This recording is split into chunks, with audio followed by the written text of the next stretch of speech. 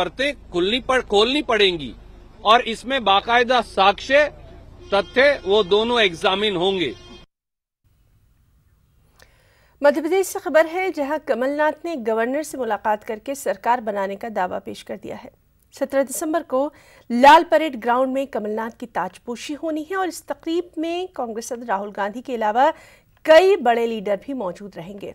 वहीं BSP supremo Mayawati और Samajwadi party से अखिलेश यादव को भी तकरीब में शरीक होने के लिए बाकायदा दावत दी गई है और कई बड़े कारोबारियों को भी मदऊ किया गया है।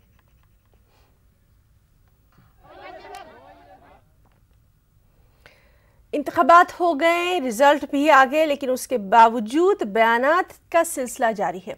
मध्य प्रदेश के बुरहानपुर से खबर है, जहां इंतखाब में शिकस्त खाई बीजेपी लीडर अर्चना चिटनिस ने देर रात सरेआम लोगों को धमकी दे डाली। उन्होंने स्टेज से एक ऐसा बयान दे डाला कि लोग हैरान रह गए, सकते में आ गए। चिटनिस ने धमकी भरे लहजे में कहा कि जिन लोगों ने उन्हें वोट नहीं दिया उन्हें वो रुला कर रहेंगी। अर्चना वजीर भी रह चुकी हैं, उन्हें एक आजाद उम्मीदवार ने हराया है। आइए आपको अब जरा सुनवाते हैं कि अर्चना चिटनिस ने कहा क्या।